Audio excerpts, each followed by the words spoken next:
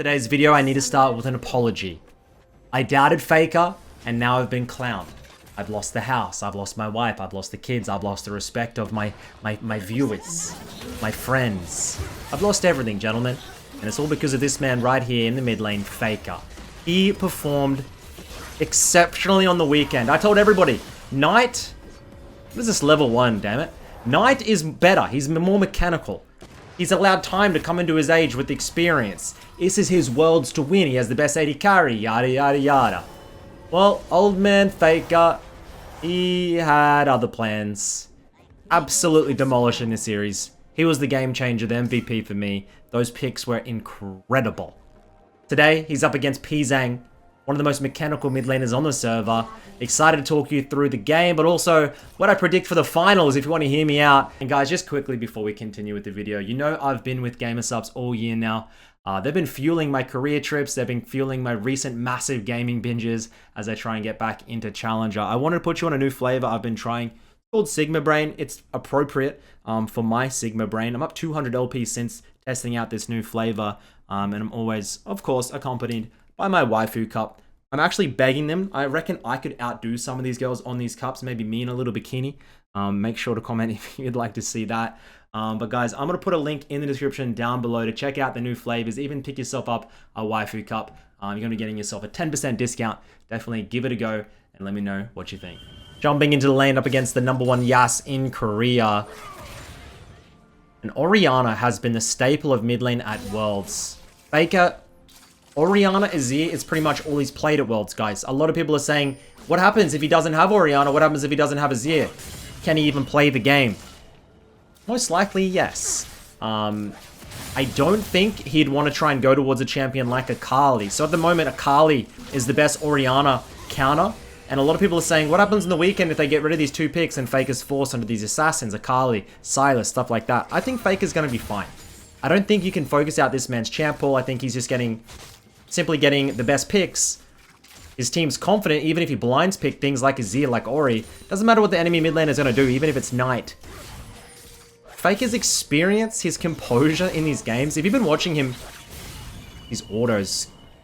If you've been watching him in these games, he has been actually very dominant in mid lane decision making. Yes, sometimes small mechanical errors that some other mids might not make, but it doesn't matter because a lot of the time it's just his complete composure. The way that he's like macro moving off of waves and utility, like playing utility for his jungler to be able to push waves, then move and be the first to move, or simply have the pressure to be the first to move. Things like this, it just has been game changing, and it's probably unspoken about because casters, they can't talk about it in the game and they don't recognize it. But when me as a mid lane main and watch him playing, he has just been getting better and better as this world is progressing. And it's crazy what he's been able to do, these top tier mids. PZZANG overextends, forces the flash. Faker down a level. Looks like he's one creep off 4. Doesn't want to go in. Slowly kiting it out. First blood over to him. PZZANG overcommits. Gets called out for it. And those picks on Azir in the late game on Ruler, that was completely game changing. T1 have just been looking better and better this tournament. The meta really suits them. And I genuinely didn't think they were a chance coming into Worlds. I thought they were a dream, you know? I'm like, oh, Faker's at Worlds, you know? That's going to be good, but he's not going to be in the Final 4. Am I an idiot? The thing is, hindsight's a beautiful thing. A lot of you guys come in and say, Drew, Faker, I'm telling everyone Faker's going to win Worlds all year. There's been some up and downs of this T1 team this year. At points, yes, they've looked World Championship winning, and other points, they've looked terrible. Mainly without Faker, but even some games with Faker, they have looked indecisive. But this iteration, this timing, this roster right now, they're going to win on the weekend. I don't want to curse them, but it's going to be a 3-1 to T1 this weekend. My prediction is out. Weibo don't have enough in the tank. Xiaohu, now, I mean, these two... Faker has flash. It should be a solo, right? Winmore comes through. PZZANG, he's getting really angry there and try and do something too aggressive to pull the weight back. Faker wasn't shying away and just laying down those autos. Xiaohu is an OG mid like Faker as well, guys. He has the experience like Faker, but I just think that there's other shortcomings. I think mid lane will be pretty even. Faker slight advantage. Xiaohu's very good, but I just think that the other points on T1 are simply much better. And it's going to be interesting to see how it plays out. If I end up cursing T1 and they lose, I don't know what to tell you, man. I'm cursed. Any team I support, cursed. Every single year I go into these worlds supporting the mid laners. I go in supporting Chovy. I go in supporting Knight. And they just get exposed, man. The only time I ever had a really good prediction at Worlds was 2019. I loved Doinby, and he went in and absolutely obliterated the best mids through his weird laning style, his perma-roaming. I loved it. I felt like a genius. And ever since then, I've been chasing the feeling of, hey, I want to support a mid laner that I've been liking for a long time. He's gonna... Some people say, Drew, mid lane's a cosmetic role, you know? Don't overthink it. I don't know. I don't know. What I do know is that if Faker wins Worlds, I'm scared. There's a little inkling in my stomach that says, Drew, I want Faker to come second so that he has a burning desire again to come back next year. Because if he wins, is there a chance he says to himself, I've had a good career. I want to retire on a win. I might not get this chance again. And he might just hang up the mouse and keyboards and call it quits. So, and if he comes second, there's damn... I think me and Faker have the same feeling, you know? Now, unfortunately, I couldn't end my pro career in a win. But he has the chance to. Chance to do something that I never had the chance to do. So, I'm nervous. I'll be supporting him, but I'll also be like, yay! And then like just slowly looking at him to see what he's doing. And if he gets a speech out, I'm just, no, like cut the interview, cut the Faker, he's just doing his retirement, and I pulled the audio cords in the stadium. Sorry, buddy. I need you for a few more years. I need to put the kids through school. Well, my wife does now. I just need the child payments after what she... Anyways, absolutely dominating laning phase. If you're not picking Orianna and solo queue right now, Orianna Syndra is the high elo weapon, as I think Windwall must be bugged on Spectator. Every mid laner is complaining that every game is just Syndra Orianna, Syndra Orianna. That's all that gets played in high elo at the moment, because you can blind pick these mids. Especially Orianna, nothing beats it. If you play correctly, you're not going to lose. You're always going to be relevant. Scorch Gap. That was Scorch, I believe. Okay. Careful for the Udyr top.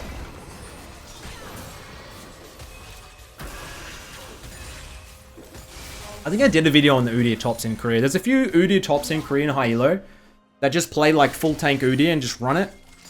And they have very good win rates. It's a good strategy. I don't know if I want to cover it again, but it's legit. We head back to base. Do we get our Lucidities, Kindle Gem? So that means he's going for... Interesting. So he will be going for the Crown of the Shattered Queen, an item that has actually been criticized a lot at Worlds. Knight built it on Talia, I believe. A lot of these mids are building it, and they're not doing any damage. And the viewers are saying, ugh, beta, soy build. It is, but I just don't think a lot of the times, especially in a comp like this, that you need the damage. Ooh, that's a good move by PZZANG. He's waiting. Faker gets the phase rush. Has to flash from that Nidalee Spear. Now he's moving. Oh my god. Careful now. It just allows you to... You simply... I will doubt he die. If he gets the item with that, he won't die all game, I would say. If you're smart, you won't die. And if you position correctly, especially in solo queue, people underestimate how much their deaths cost them in solo queue. Even if you're not dying too many times in a game, 2 to 3 deaths can be game changing. Even if when you see the death, as I'm pretty sure I just cast a curse at him, ultimate hits, he goes down, and he is dead. As I was saying, if he gets the Crown of the Shattered Queen, he won't die all game. Okay, now when he buys it, he won't die all game. Yeah, even if you die and in the moment, it doesn't feel like you're losing anything, it's like a butterfly effect. If you can't climb in solo queue, just focus on not dying more. Like more so than making outplays, and just see how you end in results. As we look to be getting a TP flank in the bot lane. Auto. Oh my god. Absolutely cracked him. He's gonna head back here. He should have enough for the crown now. I mean, Italy has good tempo. His bot lane has good tempo. Nope, still can't afford it. Just heads back, straight up. Doesn't want to walk. Faster out of base, I suppose. What's the maths on basing versus going from bot to top? Sorry, bot to mid. What's the distances?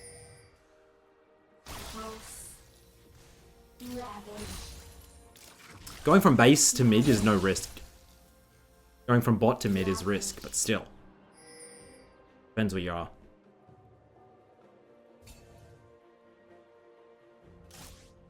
And the question on everybody's mind is, when Faker wins, what skin will he choose? You have to play at least one game of the champion you choose at Worlds. And I think Faker might have only played Ori Azir. Maybe, did he play a Sylas game? I can't remember what else he's played. There's really not that many champions for him to choose. T1 already has an Azir skin from EasyHoon. I don't imagine he'd want a Sylas skin. Orianna skin would be very fitting.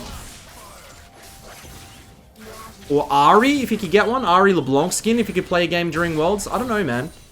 I think he's always said he wants an Ari skin.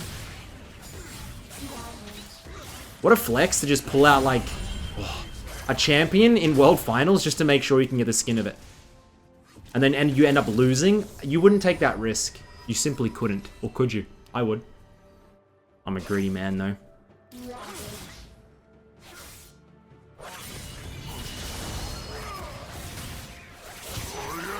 Ultimate comes through.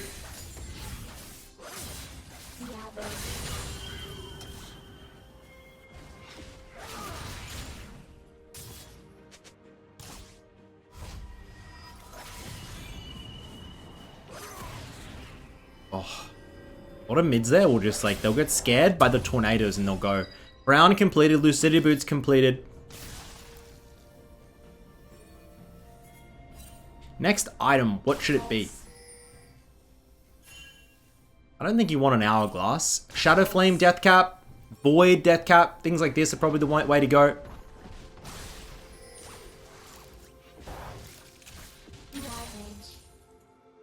And I think Faker's 27. He's a year younger than me. And people have always said in League and in esports, the older you get, your mechanics fall off and you're unemployable. Teams should drop you. And it's just really nice to see someone as old as Faker still being able to make it work in the mid lane. He won Worlds 10 years ago. And now he's ready to win it again. Can you believe that? 10 years ago, he won his first Worlds. Do you know how long 10 years is? 5 years twice. I literally can't wrap my head around it. I still remember watching him win his first Worlds. As a young boy myself. I was a year older than him still. But a young boy that I was. Really did inspire me to follow League. Without Faker, maybe I'd be nothing as he misses his ultimate. The first mid laner to ever inspire me was actually not Faker. It was a guy called Toys, the Season 2 winner who played a lot of Orianna. Him and Bjergsen were my go-tos in the early. I always loved Faker, but... What's that? It's a TP. I didn't even see it. He was kind of everyone's favorite in the early games. As we have no mana, it's going to be an auto. Uh-oh. Uh-oh. Not for the W. Thank you very much. We'll TP back in. Yeah, there's been a lot of mid laners over the years that I've supported. Faker just seems to be the guy who lasts the longest. Wish I could say that about myself. As he hits the stopwatch. And I wonder what his secret to lasting so long is. Training environment is definitely one. I had the opportunity to go to the T1 facility when I was in Korea like a week ago. And it is insane how good their facility is. They have a gym on their bottom floor.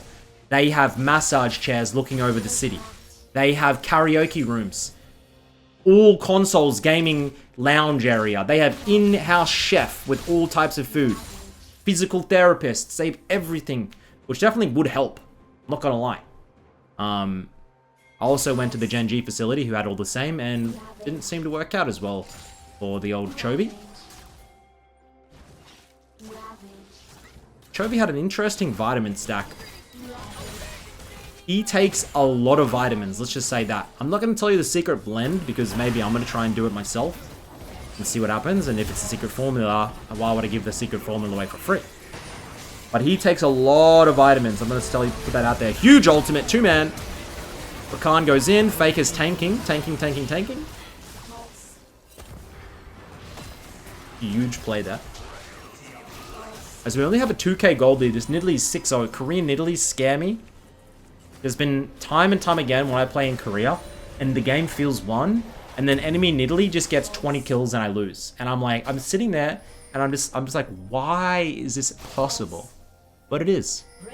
Korean Nidalee, it's a thing. PZZANG tries to punch his way back into the game. 0-3, but he has a nice little CS as Nidalee gets another kill with the Medjais, I'm telling you. And yeah, PZZANG now with the Kraken can actually win these 1v1s. He just has to break the crown and then go back in.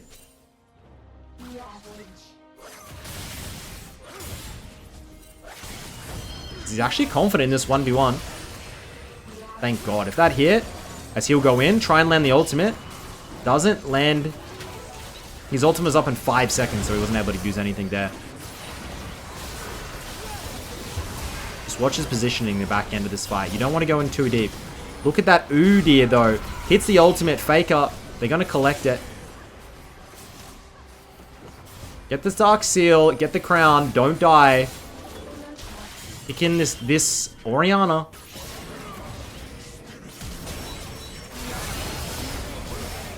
Oh my god. Oh my god, the wind wall. Oh my god. Break the... Okay, Kai'Sa gets 6. Nidalee still not going down. 20 stacks on that Medjai. And this is pretty much a dead even game.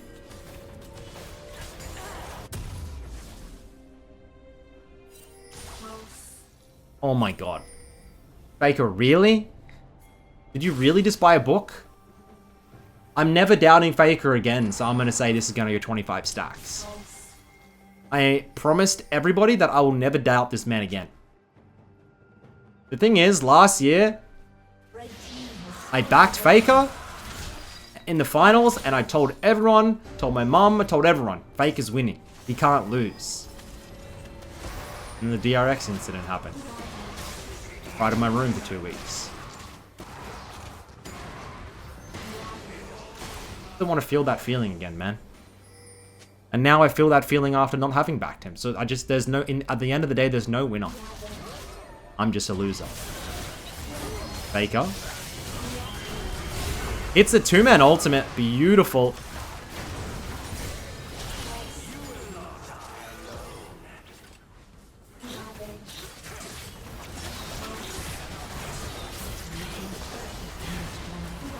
Jeez, those Nidalee pokes hurt.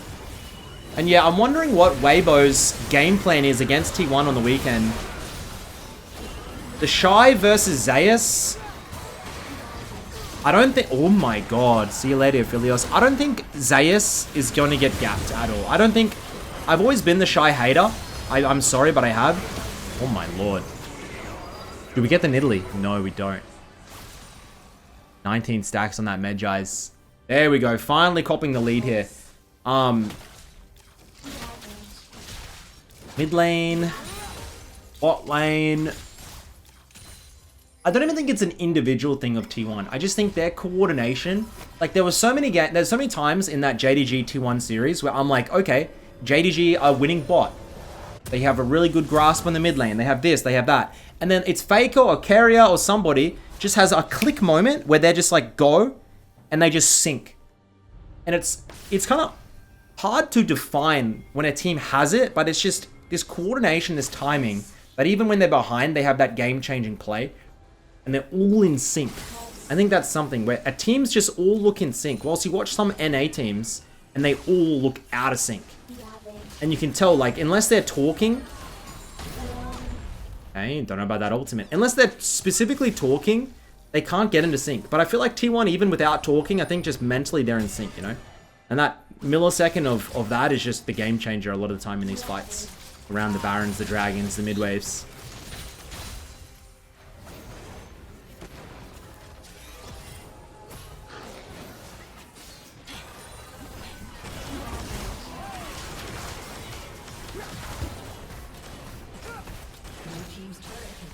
Mid lane tower's set up. You do have PZZANG in the top lane. I think you might be building Stridebreaker Yasuo.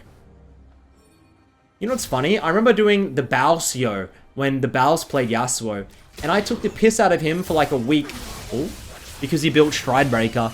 And now PZZANG, like 6 months later, is now building it. Is the Bals just early on every build? Some people stumble their way into success. I don't know, man. If you build every item, eventually one's going to be right. PZZANG trying to do something in 2v1. Ultimate. Let's not talk about these ultimates. PZZANG finally does land one, but FAKER gets the kill. Nobody's able to help out, and he is absolutely running it. As we have 23 stacks on the Medjais. 337 AP. Mid laners don't get that much AP anymore. It's really almost impossible to get up to 1,000 these days. 600 is usually all you get. 23 stacks on the Medjais though. With a chance of getting up there. I've been playing some 1000 AP TF one-shot recently, which has been fun. I do think there's actually games where it's really good. Some games you're better off just going the normal TF, like Everfrost, Rapid Fire, Hourglass type setup. But I'm just testing out for the one-shots. Making 80 carries hate their lives.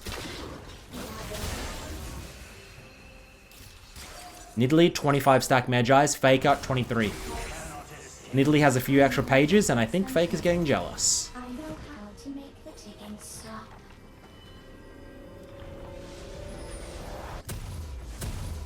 There will be a death cap next. Usually when you have the Medjais early like this, death cap's perfect. The damage, like you get an extra like 30, is it 40, 45% AP or something nuts when they buff it? Off of the death cap. If FAKER ults like this on the weekend, I'm going to be absolutely devastated. I feel like he's rushing him a little bit as he gets the 25 stacks in his book. I'm in Italy, plagiarizing each other's notes.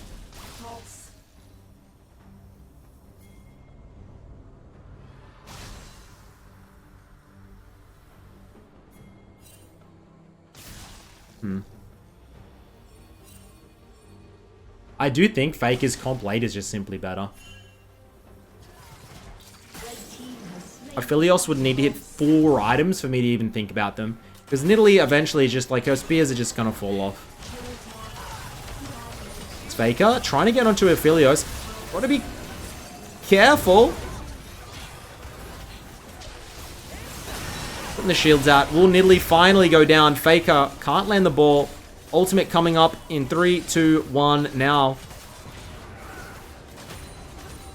And he's going to slowly bring this wave in. Puts it. Oh, that's a nice. Do you see how he just puts it on the Yone, and then the Yone runs in and delivers it for him. I see too many Orianna players try and deliver the ball themselves. I was watching... Oh, who was it? I think it was an NA mid laner. And he was playing Orianna, might have been Palafox, and he just kept trying to deliver the ball himself, rather than putting it on one of his teammates that had a dash. And I'm like, bro, what? Put it on your teammate and jump on top of them, and it's delivery service for you. It's so much better. So some mid laners just really do struggle with that. FAKER, of course, 70 years of experience, knows where to put his balls. As death cap's completed, we got almost 600 AP. And it should be Void Staff now sitting on stopwatch. He can always sit on the stopwatch, don't get the upgrade. There's no need. He might not even use the stopwatch for the rest of the game. Don't force use it. Play smart with your actives, with your items. Gold spent. And you'll be able to use the next active as you go up, as he finds the Aphelios, hits the ultimate. You said mages went extinct. We're back.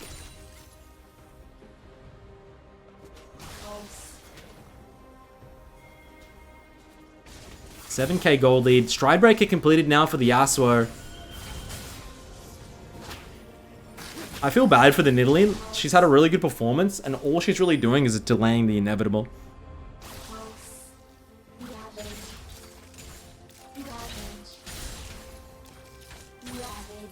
Also, if you want, guys, put your predictions for the games this weekend down in the description, down in the comments down below, and just let me know who you guys think is going to win and what scoreline you're predicting.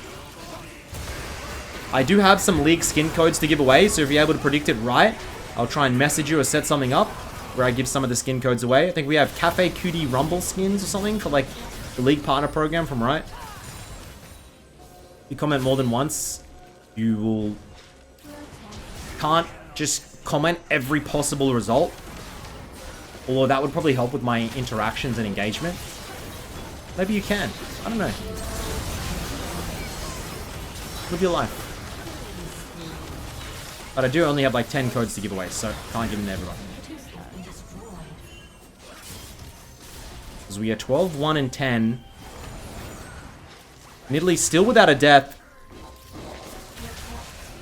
Phase Rush. Phase Rush plus Orianna W, you're like... You're not even... Is he a Volt? Oh my lord, Faker. Gets Milo.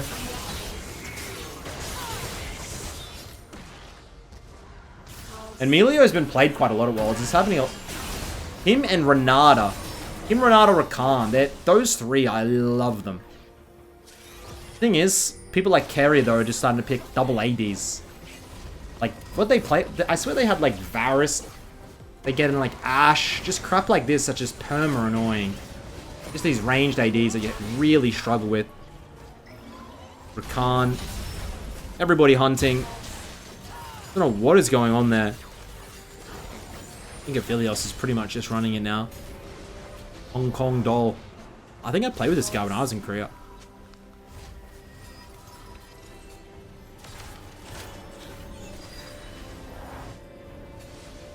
See what happens with his items. Fully completes the Hourglass. Double Control Ward. I would have liked...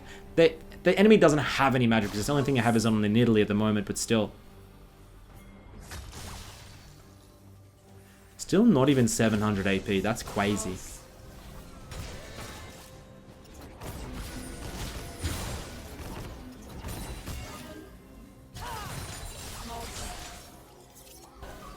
Angry Bee. Faker gets booted by the Milio.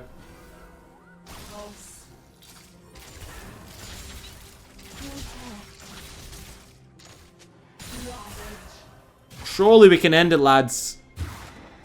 Gonna be a stink tech Drake. Never forget Chemtech Drake's real first passive. Where you died and come back to life. Just understand how far we've come. Also, it's been noted that Freak is now quitting social media because of how toxic everybody is to him, giving him death threats about the balance. It seems like the head of the balance team just can't, like, it's the scrutiny that you receive. I think they need to split it up so it's not like just one person receiving everything.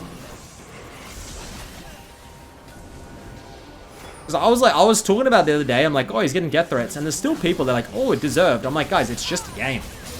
Like, League is my life, but it's still just a game. Like, don't give death threats.